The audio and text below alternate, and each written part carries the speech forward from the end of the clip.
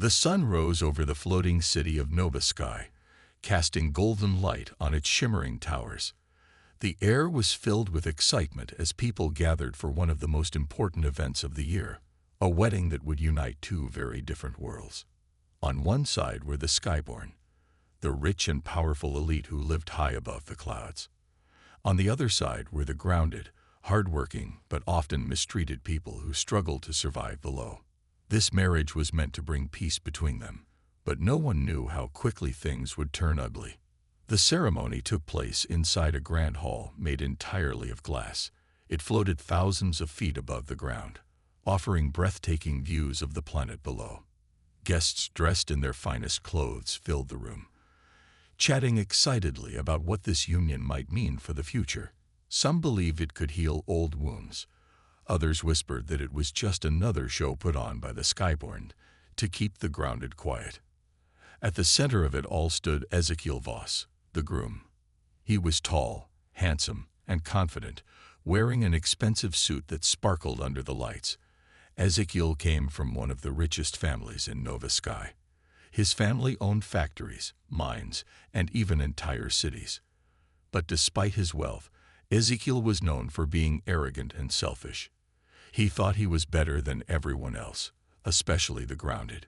To him, they were nothing more than workers, tools to be used and forgotten. On the other side of the aisle stood Kayla Nix, the bride. She was unlike anyone Ezekiel had ever met. Her skin glowed softly, a result of special technology embedded in her body. This glow wasn't just beautiful, it was practical too. It allowed her to see clearly in dark places and survive harsh environments. Kayla belonged to the grounded, but she wasn't ordinary.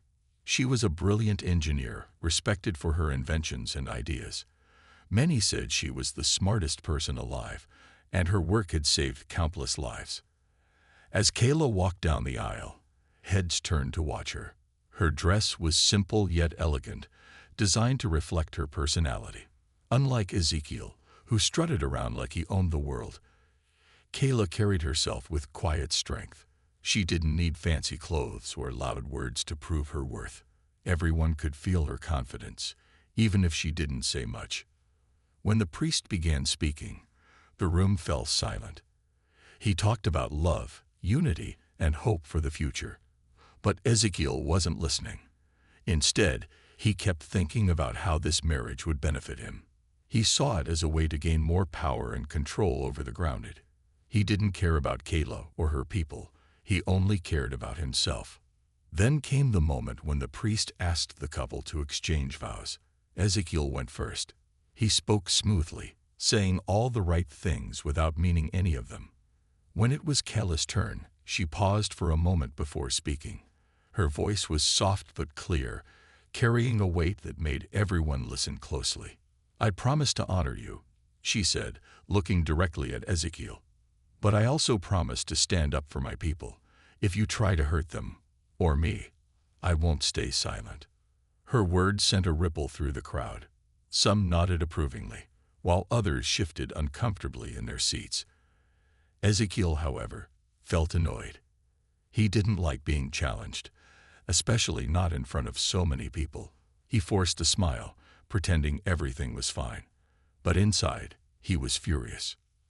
After the vows, it was time for the rings. Ezekiel handed Kayla a small box containing a dazzling diamond ring. It was heavy and flashy, just like everything else he owned. Kayla accepted it gracefully, though she preferred simpler things. Then it was her turn to give Ezekiel his ring. It was plain but strong, made from materials she had engineered herself. As she slipped it onto his finger, she added, "This ring represents balance. Remember that." Ezekiel frowned. He hated the idea of balance. In his mind, there was only dominance, one person ruling over another. He decided then and there that he wouldn't let Kayla challenge him again. The tension grew thicker as the ceremony neared its end. Just as the priest was about to announce them husband and wife, something unexpected happened. A guest shouted a rude comment about the grounded, mocking their struggles and praising the Skyborn instead. The comment was aimed at Kayla, But Ezekiel laughed along with the rest of his friends. Kayla's face remained calm, but her glowing skin brightened slightly. Betray Grandpa. The wedding hall fell silent after Kayla walked away. No one moved or spoke. They were too shocked by what had just happened. Ezekiel stood frozen, his hand still raised from where he had slapped her. For a moment, he felt proud of himself. He thought he had shown everyone that he was in charge, that no one could challenge him, not even his new wife. But then something strange began to happen. As Kayla stepped out of the hall, her glowing skin grew brighter. It wasn't just a soft glow anymore. It pulsed like a heartbeat, casting light across the room. Some guests gasped. Others whispered nervously. They had heard stories about people like Kayla, members of the grounded who carried ancient secrets in their blood. But Ezekiel dismissed these whispers as nonsense. To him, Kayla was just another person, someone weaker than him. When she disappeared through the doors, Ezekiel turned back to the crowd with a smug smile. "She'll learn her place," he said loudly, trying to regain control of the situation. His friends laughed awkwardly, but their eyes darted toward the door, unsure of what might come next. That night, the first signs. Later that evening, Ezekiel retired to his private chambers, a luxurious suite filled with gold decorations and holographic displays. He poured himself a glass of expensive wine and sat down, replaying the day's events in his mind. He convinced himself that everything would go back to normal soon. After all, Kayla couldn't do anything to him. She was just a grounded woman, and he was Ezekiel Voss, the most powerful man in Nova Sky. But as he sipped his wine, something odd caught his attention. A faint buzzing sound filled the air, like electricity crackling. At first, he thought it was coming from one of his gadgets, so he checked his devices. Nothing seemed wrong. Then the buzzing grew louder, almost unbearable. Ezekiel covered his ears, but the noise didn't stop. It felt like it was inside his head. Suddenly, objects around the room started moving. A book floated off the shelf and hovered in midair. His wine glass tipped over without being touched, spilling red liquid onto the floor. Ezekiel jumped to his feet, his heart racing. "Who's there?" he shouted, looking around. But the room was empty. He tried to calm himself, telling himself it was just a trick of the light or maybe a malfunctioning device. But deep down, he knew better. Something unnatural was happening. And it had started right after Kayla left. Morning comes, but things get worse. By morning, Ezekiel was exhausted. He hadn't slept at all. Every time he closed his eyes, he saw flashes of light and heard those same buzzing sounds. When he woke up, he noticed more strange things. His clothes were scattered across the floor, though he was sure he'd hung them neatly the night before. The temperature in the room kept changing wildly, switching between freezing cold and scorching heat. Ezekiel decided to talk to someone about what was happening. He called his closest advisor, a man named Marcus, who arrived within minutes. Marcus listened carefully as Ezekiel described the floating books, the buzzing noises, and the eerie feeling that someone, or something, was watching him. "Do you think it's her?" Marcus asked hesitantly, referring to Kayla. Ezekiel frowned. "What are you talking about? What could she possibly do?" Marcus hesitated before answering.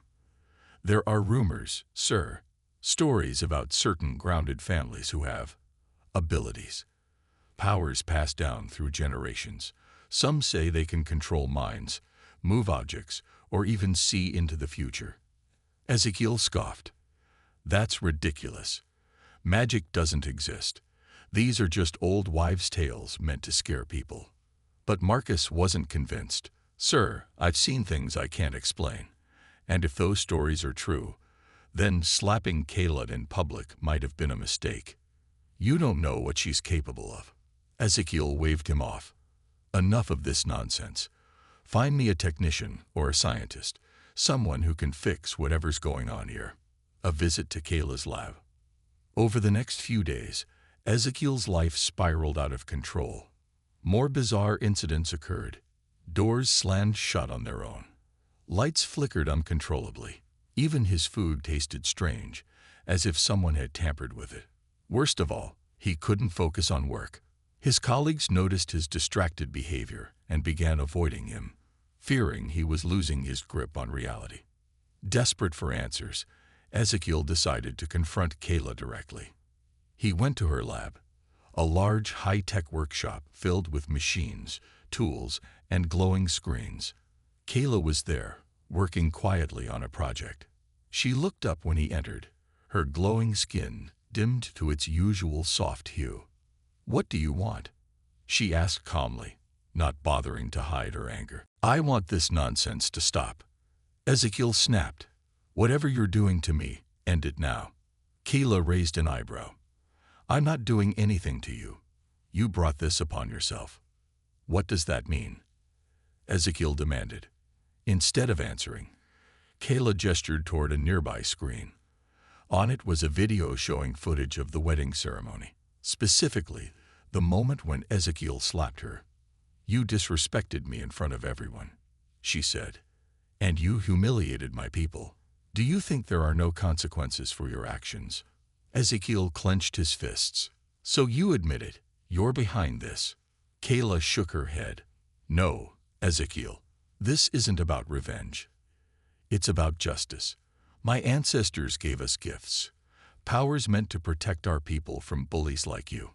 When someone harms us, those powers awaken. They act as a warning, a reminder that we won't tolerate abuse." Ezekiel stared at her, speechless. He wanted to argue, to deny everything she was saying. But deep down, he knew she was telling the truth. The strange events weren't random. They were connected to him, and they wouldn't stop until he made things right. Guilt takes hold. As the days passed, Ezekiel found himself haunted not only by the supernatural occurrences, but also by guilt. He couldn't shake the image of Kayla standing tall after he hit her. Her calmness had unnerved him more than any scream or cry ever could. For the first time in his life, he questioned his actions. Was he truly as great as he believed? Or was he just a selfish man who cared only about power? One night, unable to sleep, Ezekiel wandered through the palace halls. He ended up near Kayla's quarters. Through the door, he heard her speaking softly to herself. Curious, he leaned closer and caught fragments of her words. "They deserve better," she murmured. "All of them.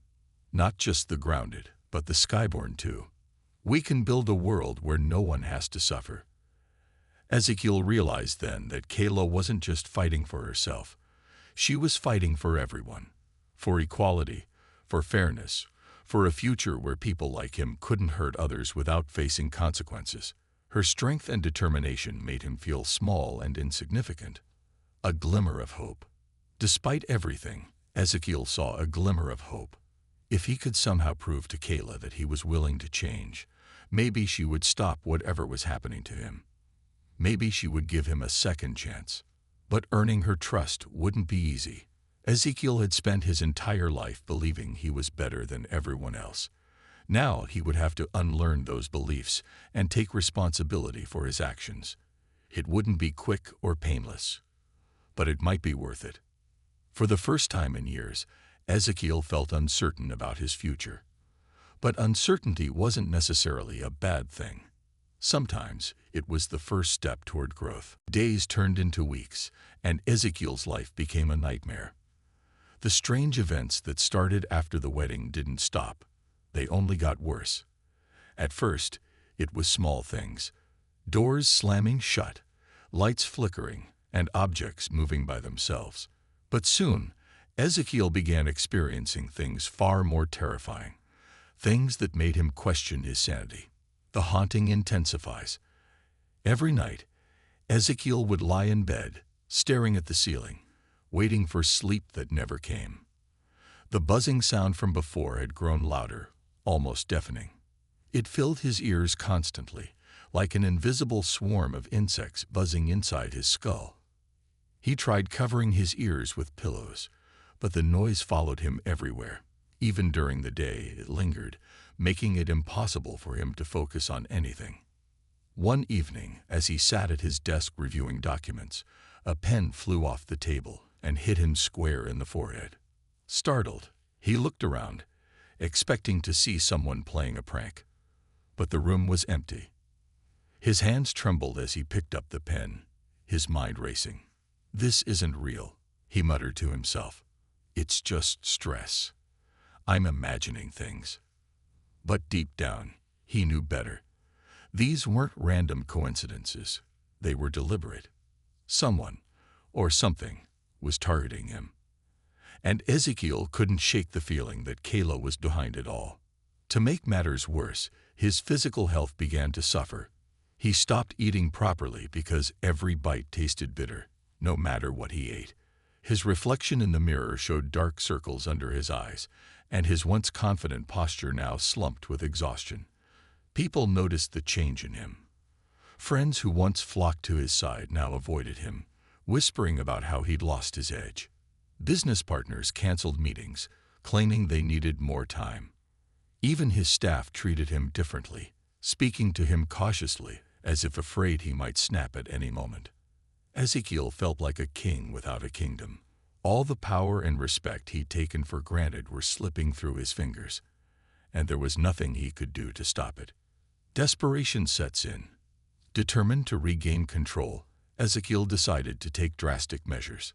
He hired experts, scientists, doctors, and even psychics to investigate what was happening to him. Each one promised answers, but none delivered results. One scientist suggested it might be electromagnetic interference, but tests showed nothing unusual. A doctor diagnosed Ezekiel with severe anxiety and prescribed medication, which did nothing to ease his symptoms. As for the psychic, she claimed Ezekiel was being punished by spirits and advised him to burn incense and chant prayers. Ezekiel dismissed her advice immediately, though part of him wondered if she might be right. Frustrated and desperate, Ezekiel turned to alcohol. Every night, he drank until he passed out, hoping it would drown out the buzzing and silence the fear gnawing at his mind. But even in his drunken stupor, the haunting continued. Shadows moved in the corners of his vision, whispers echoed in his dreams, and cold winds swept through his room despite the warm weather outside. One particularly bad night, Ezekiel woke up screaming. He had dreamed of Kayla standing over him, her glowing skin brighter than ever. Her voice echoed in his head. "You can run, but you cannot hide. Justice will find you." When he opened his eyes, the dream faded, but the message stayed with him. For the first time, Ezekiel truly understood the weight of what he had done. He wasn't just dealing with guilt. He was facing the full force of Kayla's power. Public humiliation. As Ezekiel's condition worsened, rumors spread throughout Nova Sky. People talked about how the great Ezekiel Voss had fallen apart after his wedding. Some said he was cursed. Others joked that he'd finally met his match in Kayla Nix. No matter what people believed, one thing was clear: Ezekiel's reputation was crumbling. His downfall reached its peak during a public event hosted by the Skyborn Council. Ezekiel was supposed to give a speech about unity and progress, but when he stepped onto the stage, he looked pale and disheveled. His suit was wrinkled, his hair unkempt, and his hand shook visibly as he gripped the microphone. I want to thank you all for coming today," he stammered, trying to sound confident. But before he could finish his sentence, the microphone screeched loudly, startling everyone in the audience. Then, the holographic display behind him malfunctioned, showing distorted images of Kayla instead of the planned visuals. The crowd gasped, pointing and murmuring among themselves. Ezekiel panicked, shouting at the technicians to fix the problem. But the chaos only escalated. Chairs slid across the floor on their own, and a chandelier above the stage swayed dangerously, threatening to fall. Terrified, Ezekiel stumbled backward and tripped over a cable, landing hard on the ground. The audience erupted into laughter and jeers. Humiliated, Ezekiel fled the stage, leaving the event in shambles. From that day forward, no one took him seriously anymore. His enemies seized the opportunity to undermine him, spreading lies and rumors to further damage his image. Within days, Ezekiel went from being one of the most respected leaders in Nova Sky to a laughingstock, a glimpse of redemption. Despite everything, Ezekiel still clung to hope. He knew there was only one person who could end his suffering: Kayla. Gathering what little courage he had left, he went to her lab again. This time, he didn't come with demands or accusations. Instead, he approached her humbly, his head bowed. "Kayla," he began, his voice trembling. "I need your help. Please, tell me what I have to do to make this stop." Kayla looked up from her work, surprised by his tone. Gone was the arrogant man who had slapped her in front of everyone. In his place stood a broken, defeated individual who barely resembled the Ezekiel she knew. "You already know the answer," she said softly. "Apologize, not just to me, but to my people. Admit what you've done wrong, and promise to change." Ezekiel hesitated. Apologizing meant admitting weakness, something he had always refused to do. But he realized he had no other choice. If he wanted his old life back, if he wanted peace, he would have to swallow his pride. "I'll do it," he said finally. "Whatever it takes." Kayla studied him carefully, searching for sincerity in his eyes. After a long pause, she nodded. "Good. But remember, Ezekiel, an apology is just the beginning. Actions speak louder than words. The beginning of change." Over the next few days, Ezekiel worked tirelessly to repair the damage he had caused. He called a press conference to publicly apologize for his behavior at the wedding and acknowledge the harm he had inflicted on the grounded community. Though many remained skeptical, some people, including a few grounded leaders, recognized his effort and agreed to give him a chance. Meanwhile, the haunting slowly began to fade. The buzzing in Ezekiel's ears quieted, and the strange occurrences stopped altogether. For the first time in weeks, he slept peacefully, freed from nightmares and shadows. But Ezekiel knew this was only the start of a long journey. Earning Kayla's trust, and the trust of her people, wouldn't happen overnight. He had hurt too many people for too long. Still, he vowed to keep trying, knowing that true redemption required patience and persistence. As he stood on the balcony of his palace one evening, watching the stars twinkle above Nova Sky, Ezekiel felt a sense of clarity. He had lost everything, but perhaps in losing, he had found something even more valuable: the chance to become a better man. Ezekiel had spent weeks trying to fix what he had broken. He apologized publicly, worked with grounded leaders, and even donated part of his wealth to help their communities. But despite his efforts, many people still doubted him. They saw his actions as a desperate attempt to save his reputation, not as genuine change. And no one was harder to convince than Kayla. Kayla watched Ezekiel closely during this time.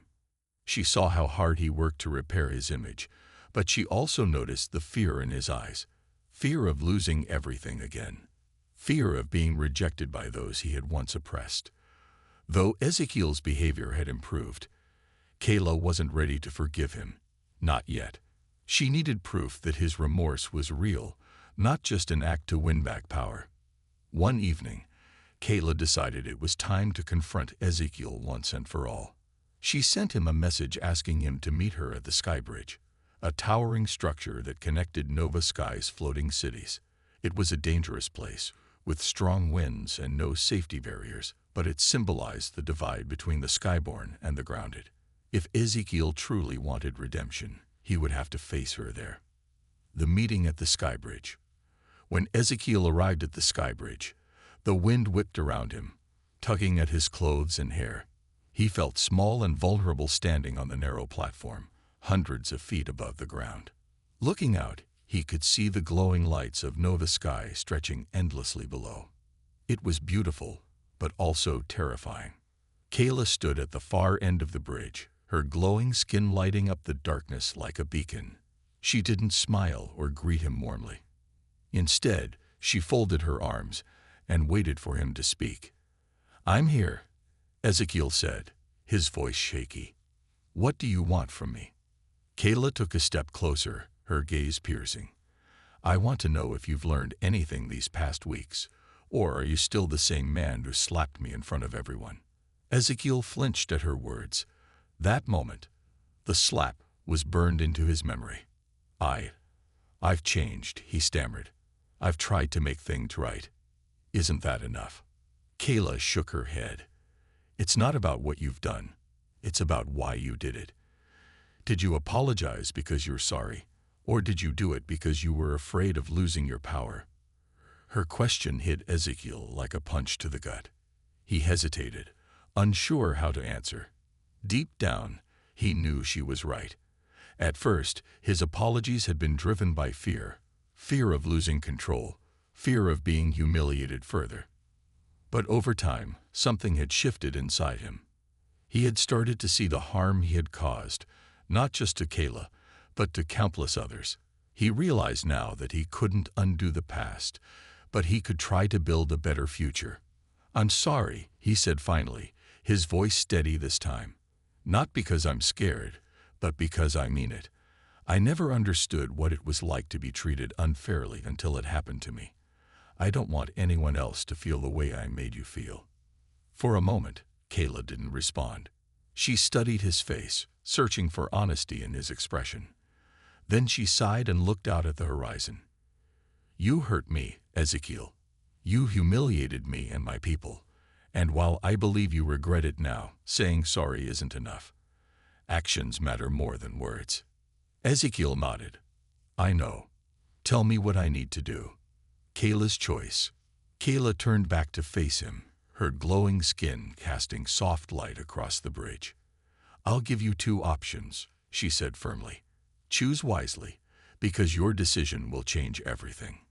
She held up one hand. Option 1. Leave Nova Sky forever.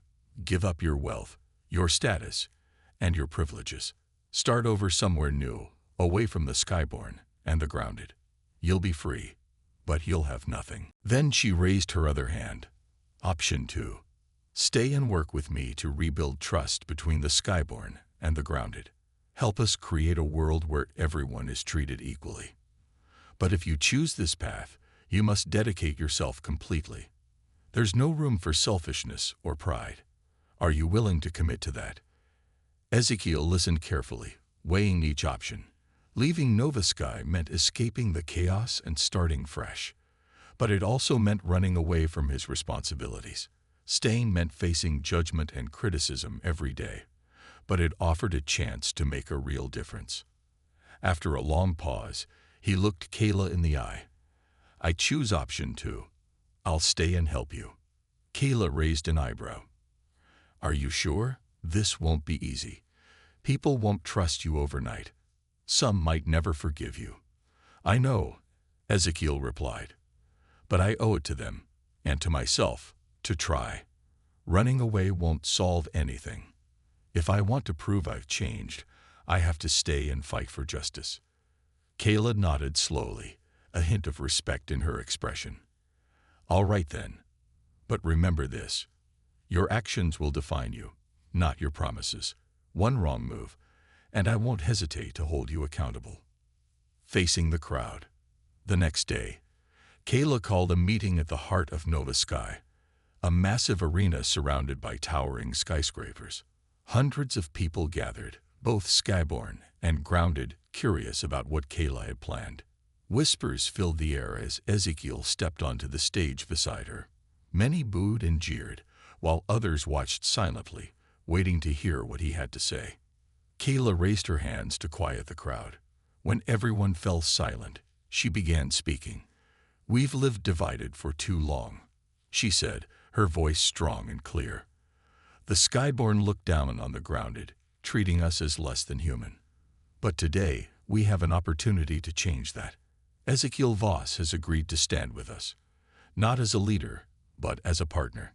Together, we will work toward equality and unity." The audience erupted into murmurs. Some cheered, hopeful that this marked the start of a new era. Others shouted insults, refusing to believe Ezekiel deserved a second chance. Through it all, Ezekiel stood tall, letting the noise wash over him. He knew convincing these people wouldn't happen overnight, but he was ready to put in the work. When Kayla finished speaking, she handed the microphone to Ezekiel. He took a deep breath and stepped forward. "I've made mistakes," he admitted, his voice trembling slightly. "Big ones. I've hurt people, disrespected them, and ignored their suffering. For that, I am truly sorry. I can't erase the past, but I can help shape the future. I promise to listen, to learn, and to fight alongside you for a better world." The crowd was silent for a moment, processing his words. Then, one by one, people began clapping. It started softly, but soon the applause grew louder, echoing through the arena. Tears welled up in Ezekiel's eyes as he realized this was the beginning of forgiveness, not just from others, but from himself. A new partnership. In the weeks that followed, Ezekiel threw himself into his new role. He worked closely with Kayla and the grounded leaders, listening to their concerns and supporting their projects. He used his resources to fund schools, hospitals, and housing for grounded communities. Slowly but surely, people began to see him differently, not as the arrogant skyborn ruler they once despised, but as someone who genuinely cared about making things right. Kayla kept a close watch on him, ensuring he stayed true to his word. She challenged him when he faltered and encouraged him when he succeeded. Over time, their relationship evolved from enemies to reluctant allies, and eventually to friends. Though the road ahead was long and difficult, Ezekiel and Kayla knew they were laying the foundation for a brighter future. Together, they proved that even the deepest divides could be bridged with courage, humility, and determination.